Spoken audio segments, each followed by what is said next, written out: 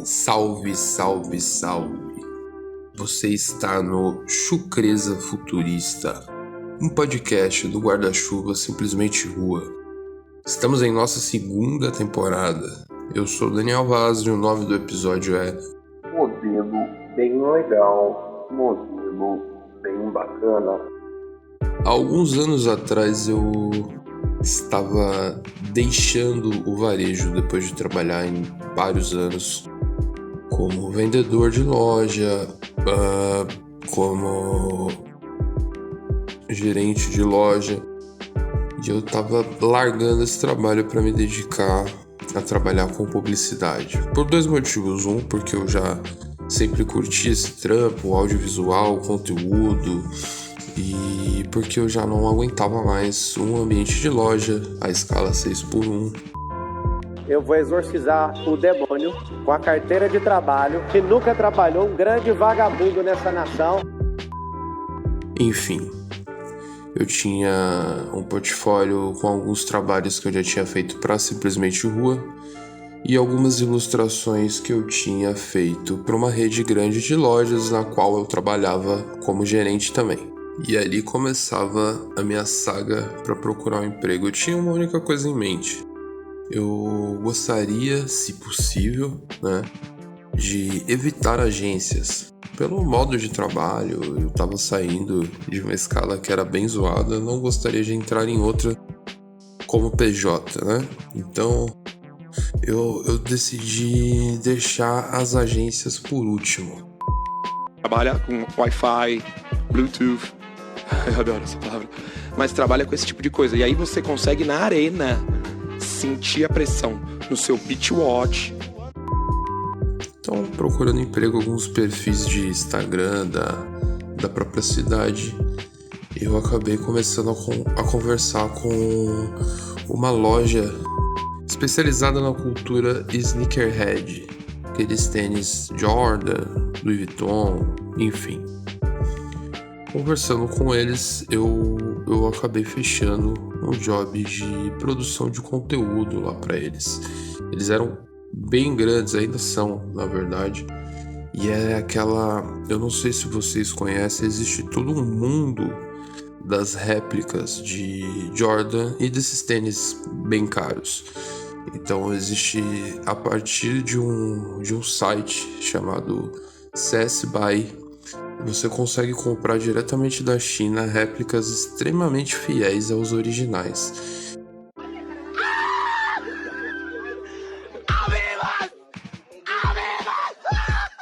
E essas réplicas são vendidas no Brasil com um valor mais abaixo do que o original, mas não tanto. Então, essa era a configuração do negócio do meu novo emprego. Fui contratado para produção de conteúdo para eles e assim eu fui. Mesmo ganhando apenas um terço do que eu ganhava como gerente de loja, eu estava feliz de poder trabalhar com conteúdo e tudo mais. Eles tinham algumas peças, várias inclusive, vários tênis que estavam no estoque, que eles chamavam de pronta entrega. Eram alguns tênis com uma saída maior, um valor muitas vezes menor, que ficavam ali à disposição para entrega imediata. Então comecei um planejamento, fiquei uma semana captando o material. A minha ideia era fazer um conteúdo 100% original. O responsável pela conta, que eu vou chamá-lo de empreendedor, ele logo nos primeiros dias já me disse que fazia questão de participar dos conteúdos de vídeo. Modelo bem legal, modelo bem bacana. E que ele gostaria de contar a história dos tênis. Eu fiquei animado com a ideia, porque de certa forma eu não gosto, de aparecer em vídeos. Apareço até muito pouco no próprio laboratório, e ter alguém ali para eu escrever os roteiros, fazer as pesquisas e a pessoa desenrolar seria o ideal, o melhor dos mundos. Então seguimos. Finalizando a parte de fotografia que eu queria ter, a gente iniciou um cronograma de vídeos. E, enfim, chegou o grande dia da primeira gravação. O roteiro já estava com o empreendedor há alguns dias e o modelo que a gente decidiu falar para começar era, eu não lembro exatamente se na época era um lançamento, mas acho que estava próximo do lançamento, que era o Jordan 1 Chicago Lost and Found, que é um modelo que é basicamente um Jordan 1 Chicago, e ele conta essa história em seu conceito de que ele foi esquecido em alguma loja de departamento tradicional americana, onde vendia esse tipo de tênis lá nos anos 80, e ele brincava com esse lote esquecido. Então tinha várias referências no próprio calçado, que eram marcas do tempo, intencionais, feito ali assim. Tinha a caixa com uma tampa diferente e brincava ali com todo esse não sucesso, né, inicial do Jordan com a Nike.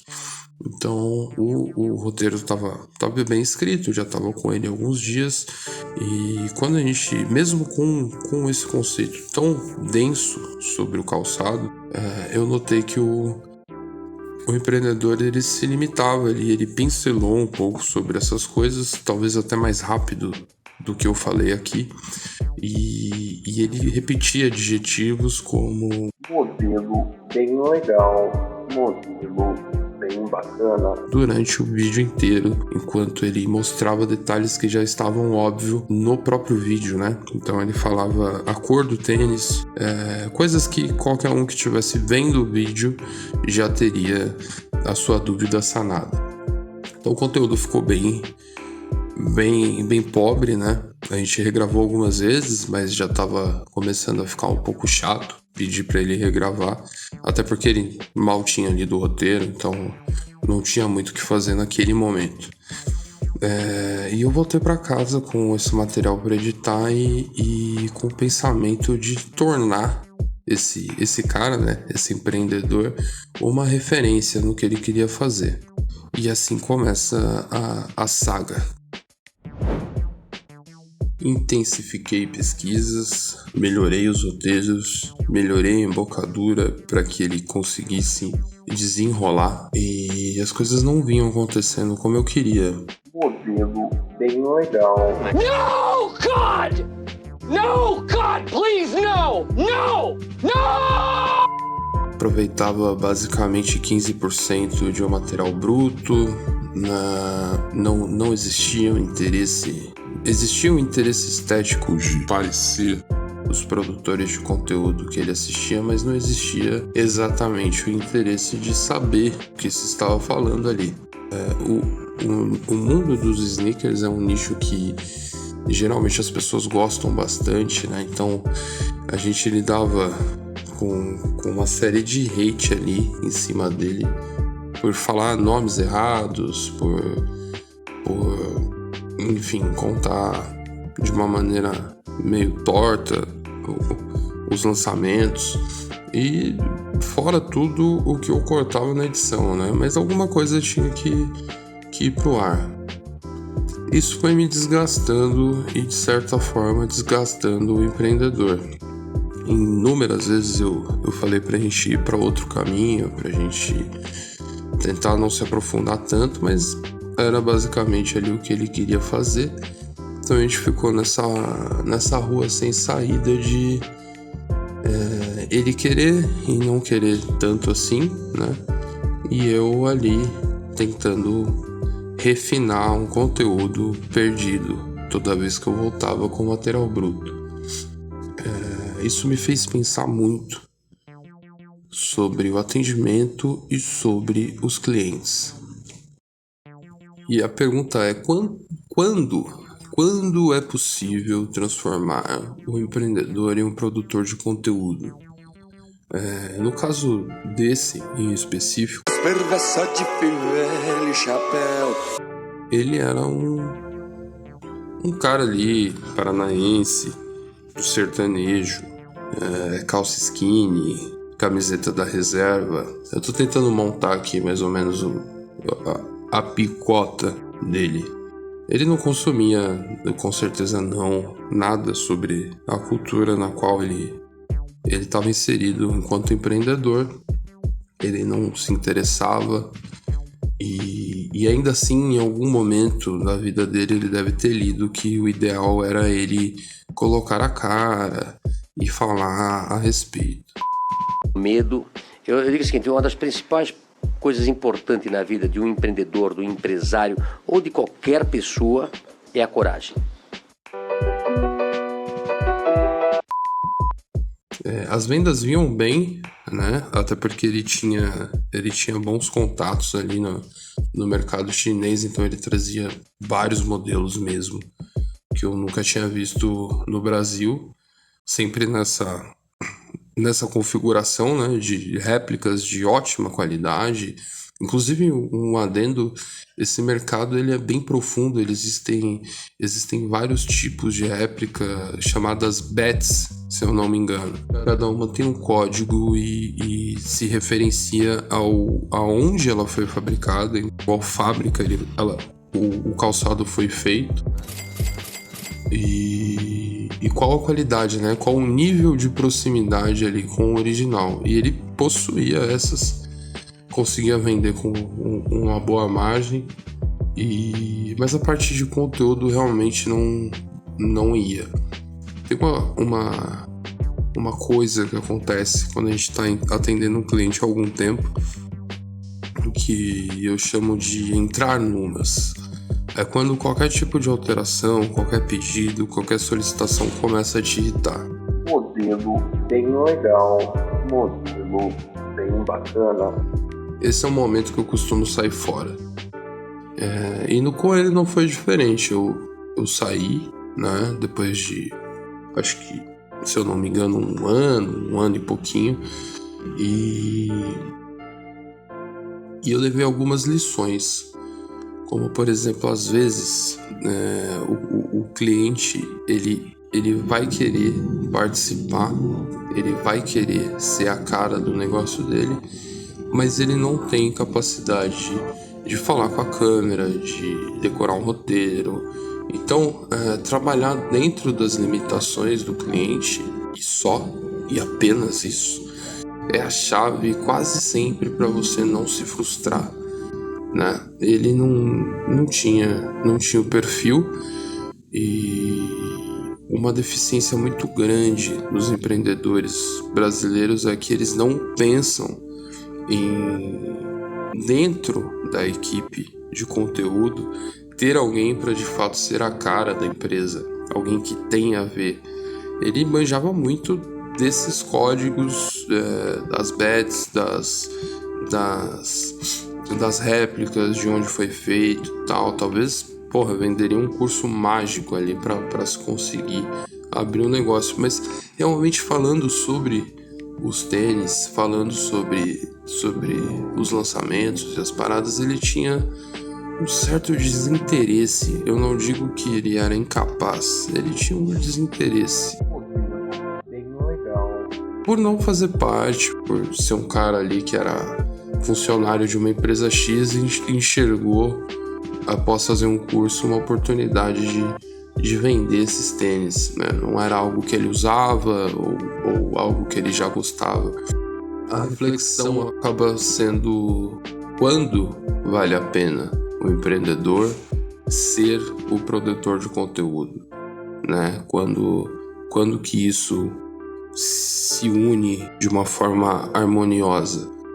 Eu diria que quase nunca, né? Quase nunca mesmo, é bem difícil.